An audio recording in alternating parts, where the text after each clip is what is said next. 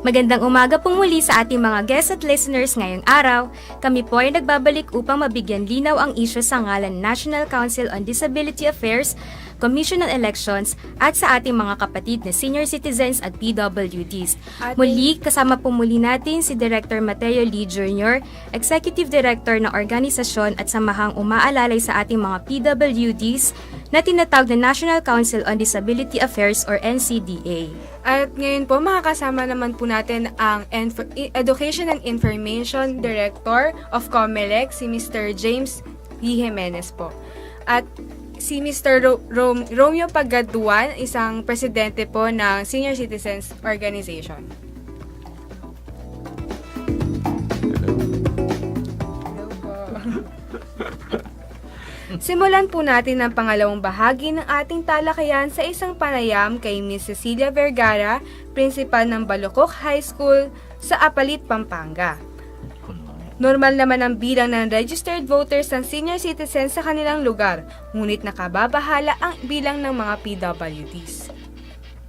Yung 60 to 70 yon, pero yung mga ang natatandaan ko last election, isang PWD talaga yung naka-wheelchair. Yun lang ang nakita namin na talagang yung in-exercise niya yung right niya to vote. So, the rest, mga 60 to 70 years old lang na ano pa naman sila, physically fit pa sila.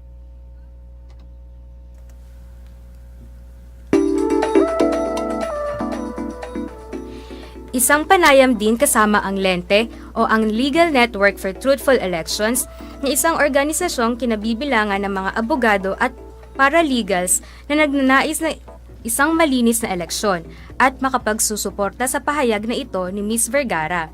Sinabi ng dalawa sa law students na aktibong miyembro ng LENTE na kinakailangang gawing accessible ang pagboto at mahalaga ang unang hakbang na magparehistro. Siguro first, we have to make voting accessible. Kasi, syempre, you have to recognize, PWD, hindi naman pwedeng boboto ka na sa 4th floor, di ba? Actually, by law, pag PWD ka, ideally, ground floor yan.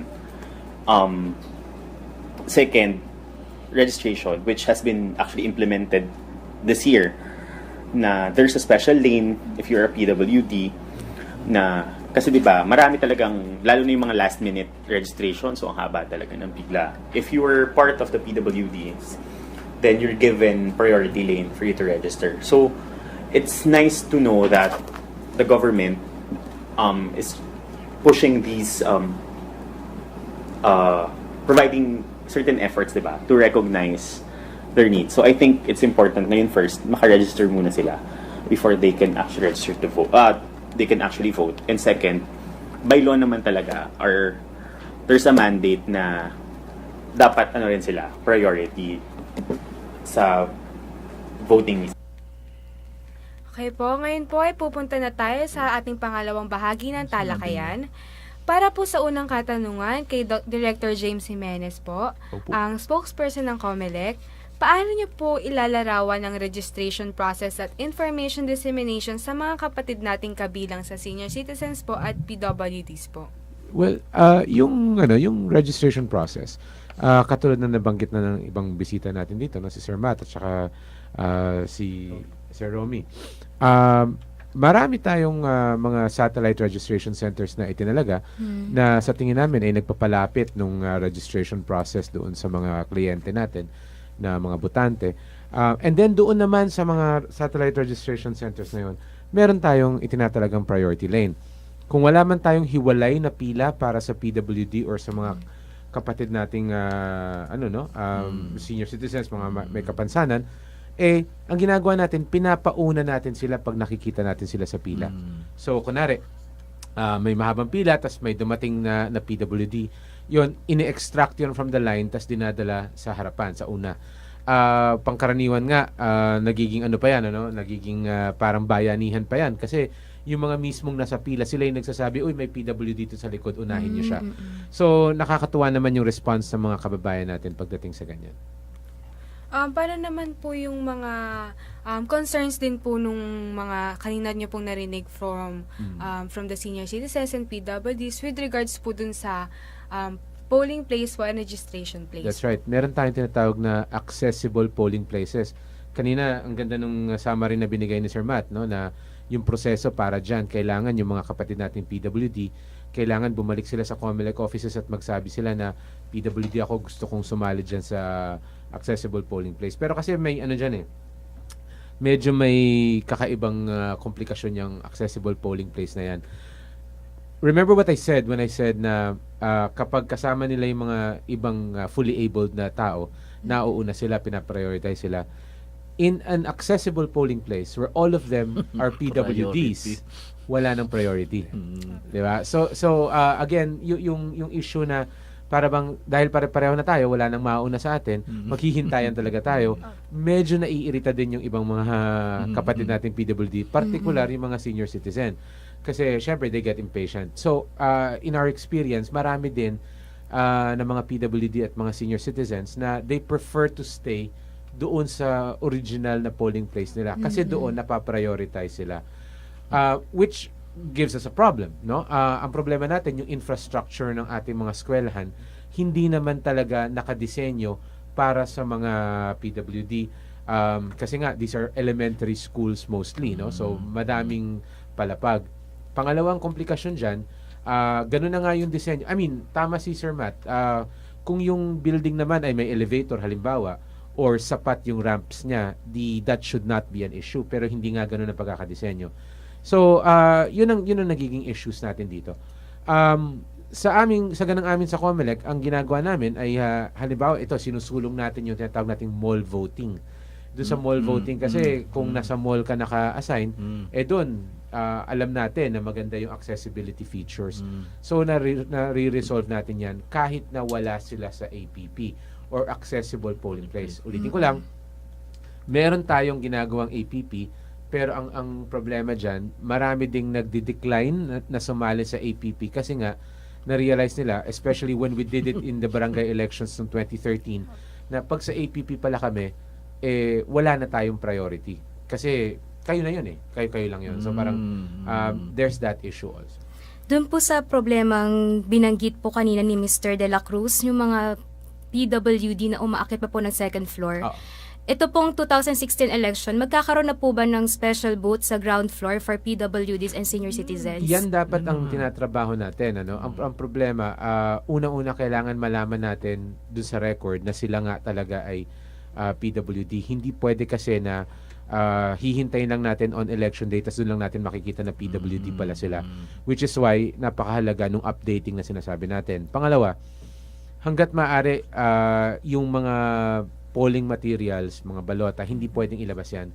So, ginagawa natin ng paraan ngayon na mahanap natin yung mga PWD para ma-extract natin yung records nila. At again, to the best of our ability, ibababa natin doon sa lugar. Usually, nangyayari yan kapag merong Board of Election Inspectors, member ng BEI, na pwedeng sumama doon sa dokumento.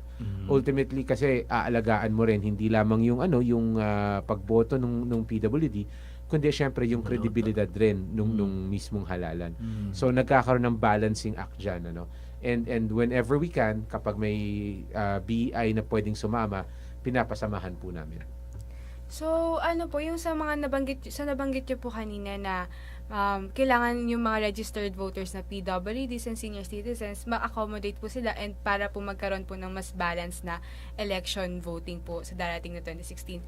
Ngayon po, paano nyo naman po mailalarawan yung itsura po nung magiging preparation for the special booth po if ever po magkaroon ng? Well, certainly, halimbawa sa mall voting, gagamit tayo ng ng voting booths.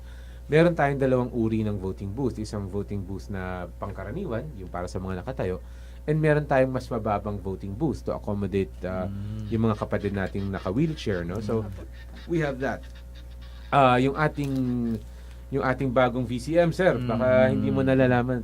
Ngayon ko lang sasabihin to. Merong accessibility features yun. Meron siyang saksakan para sa headset. Yung And machine? in fact, yung machine mismo. In fact, yung headset nandito na.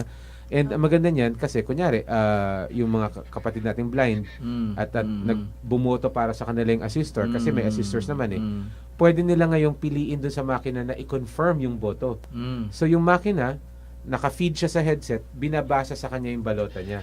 Well, So, Pwede bang mag-react dyan? Oh, sige po. Sige po, sige po. Alam mo, merong sa telephone, PLDT, may survey.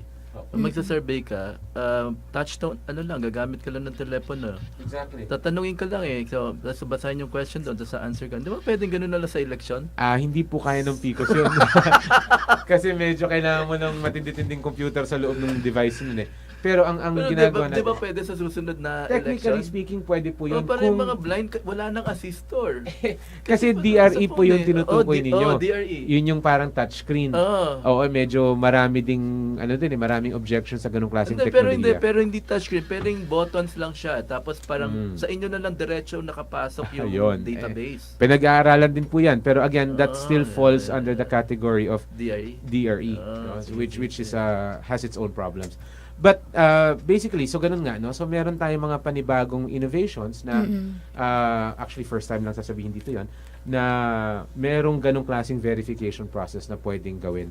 So we think it will be a very exciting election, especially for yung mga kapatid nating differently abled. Yes. Dala na rin nung tema nung ating election ng 2016 na inclusive elections. Yun talaga ang overarching theme ng 2016 elections natin is that it will be the most inclusive elections in COMELEC history. Nang aming nakapanayam ang Lente, nagkaroon sila ng pahayag ukol sa nangyaring anomalya sa Zamboanga noong nakaraang eleksyon. Dito ay ibinahagi ang bagong taktika upang makapagmanipula ng boto sa pamamagitan ng mga kapatid nating PWDs at mga illiterate. Yung nangyari sa Zamboanga, 'di ba yung Lente chapter namin doon yung nakakita. So they had volunteers there, 'di ba? What happened was hindi lang PWD, maraming illiterate. So pag illiterate ka in the law, ano meron? Well, yung problem kasi doon, di ba, the supposed volunteer, inassist nila yung sobrang daming alleged na PWD where in fact hindi naman. Under the law kasi, let's say an illiterate person, a person who cannot read and write, pero syempre kailangan he has the right to vote. By law, ang pwede lang talagang mag-assist sa kanya is first, any member of his family within the 4th civil degree. If wala yon, any member of his household. At if wala yon, last yung BEI. So yung problema doon, at dun sa first two pala na pwedeng mag-assist, they can only assist twice. Maximum yun. Maximum na yon.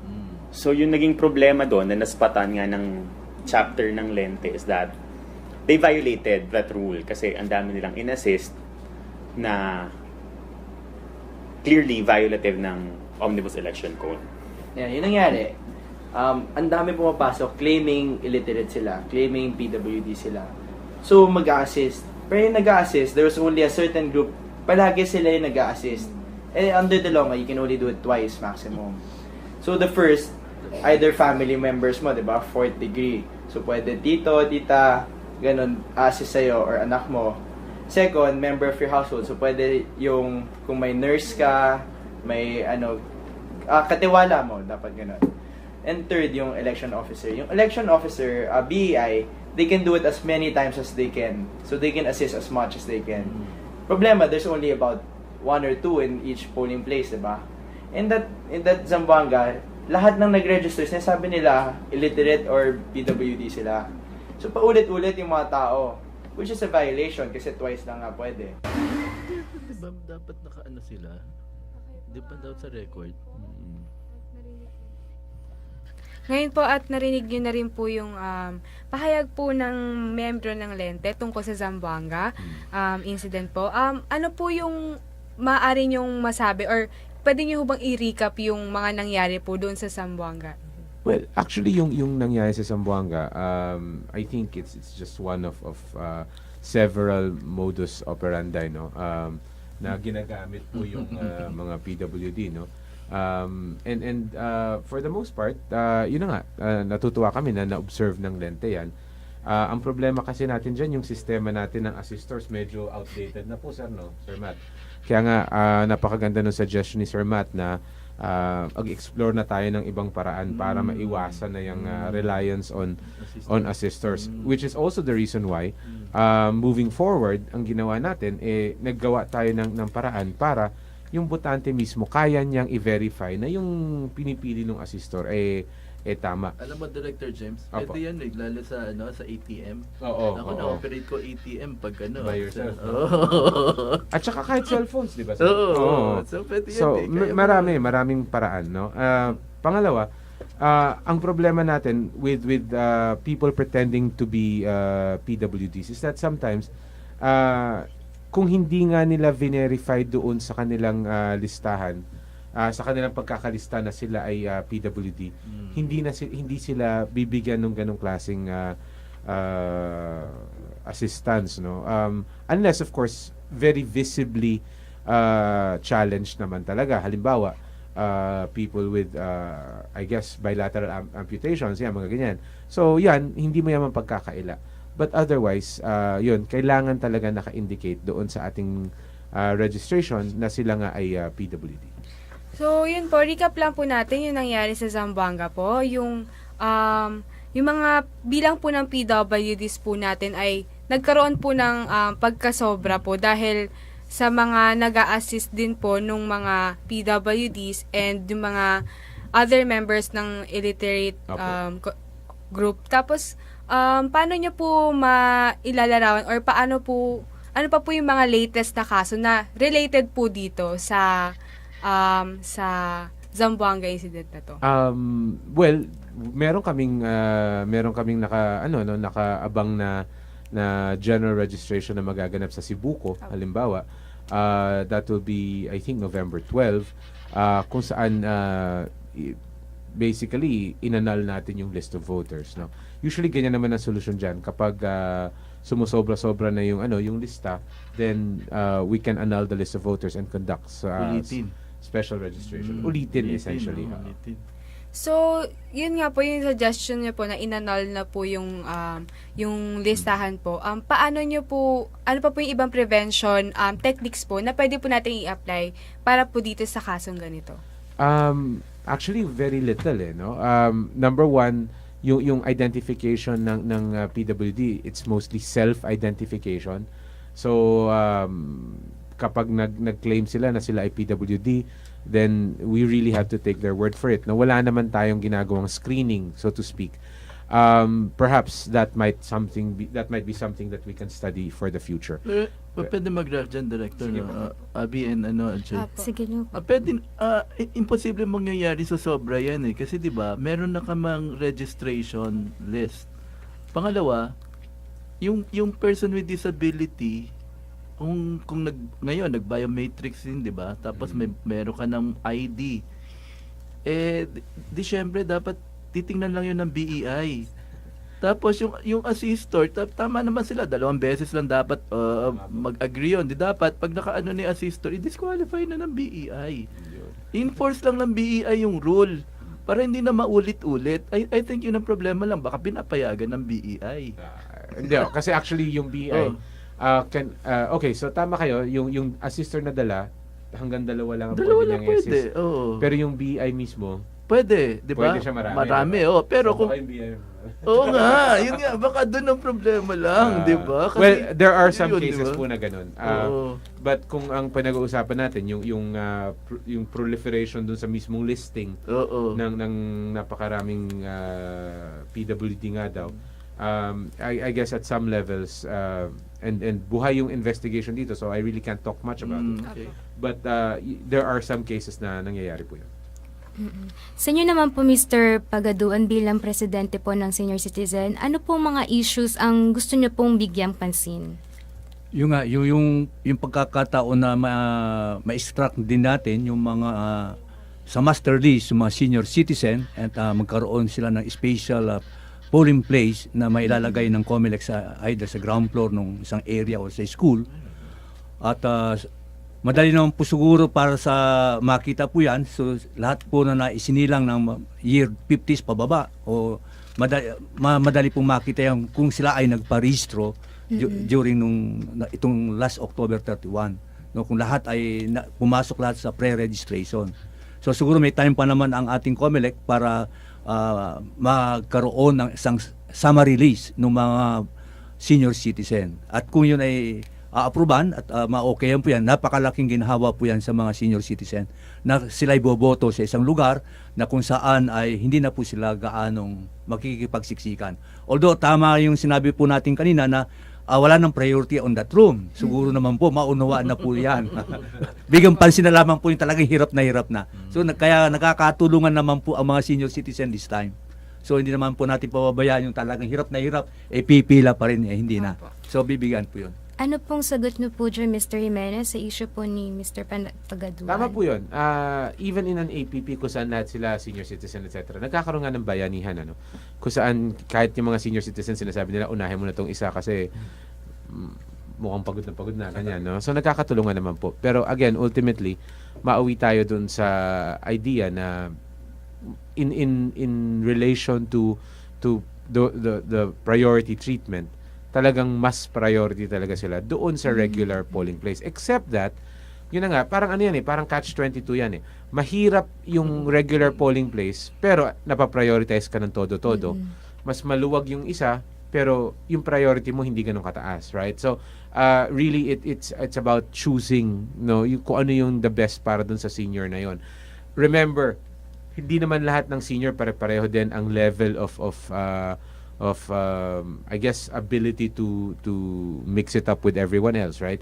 May mga senior dyan na like for instance si Sir, sobrang healthy, di ba? Walang kaproblema yan, kayang-kaya niya makipagbalyahan.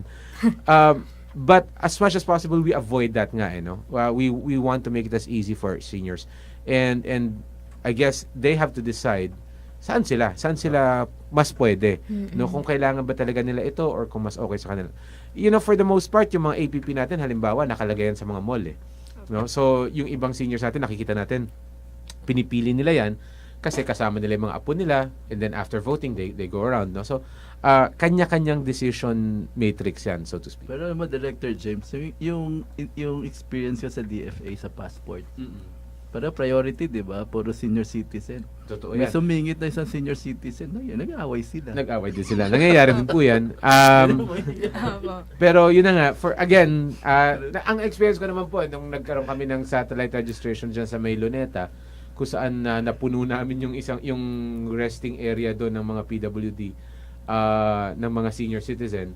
Again, bagaman merong mga senior na talagang medyo mainit ang ulo, na nakakausap naman po, and although nga nagkakaroon ng girian kuminsan, by and large, they're all friendly with each Pero other. ang suggestion ko dyan, Director, para sa mga senior citizen, kung kaya din lang nila bumoto sa regular place, Yun. wag na sila pumunta sa polling place. Pwede rin yun. Yeah, actually nga, APP, ang wag na, suggestion, para yun na lang ma-prioritize na lang, yun talagang hirap na hirap.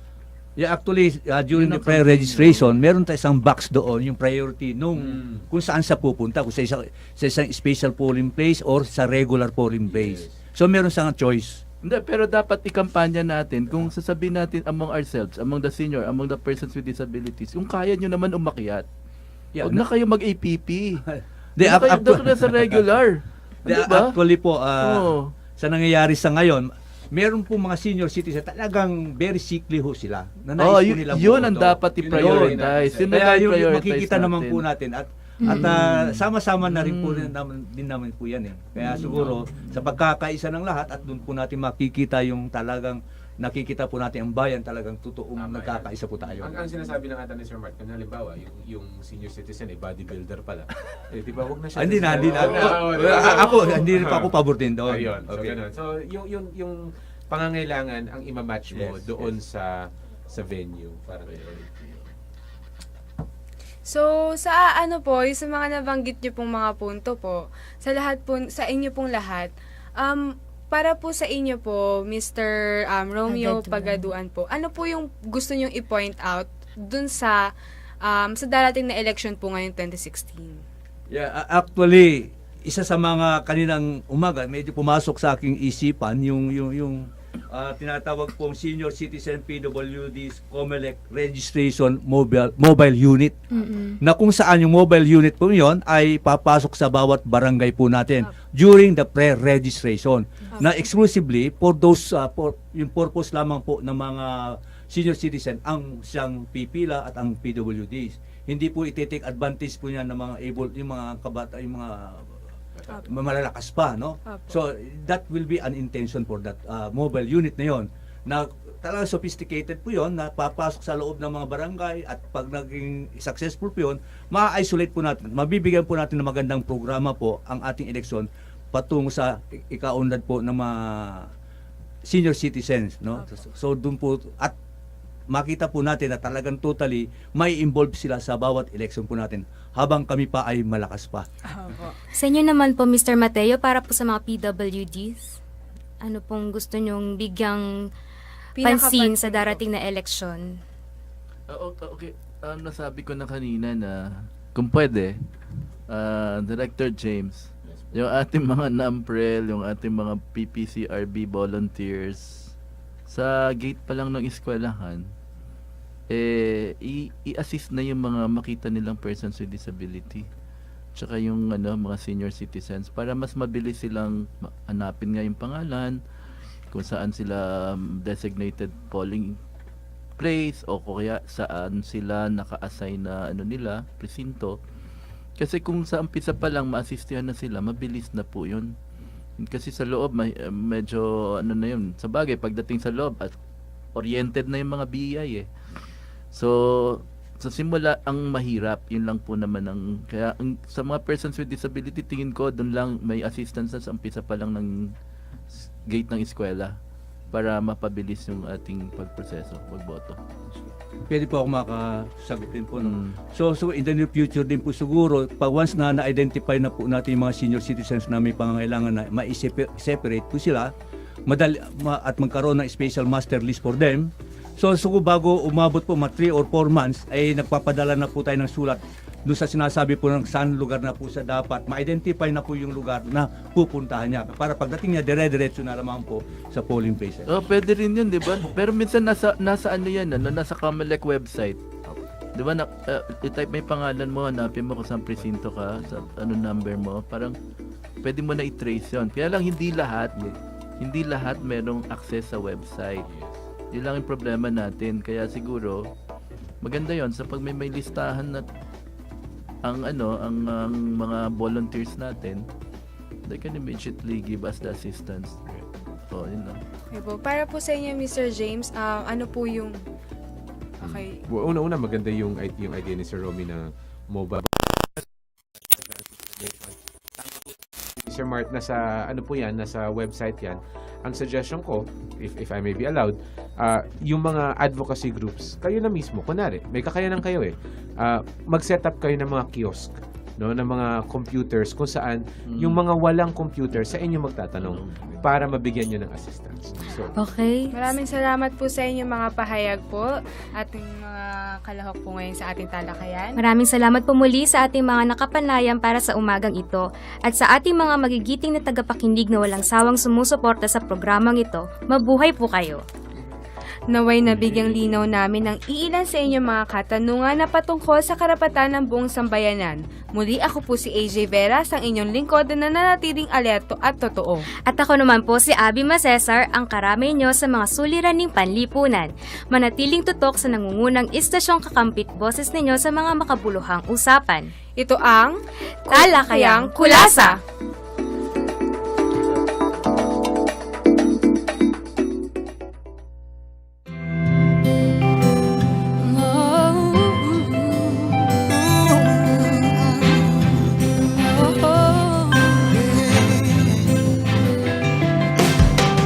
Dos senhoras kumakayod para sa konting sukli.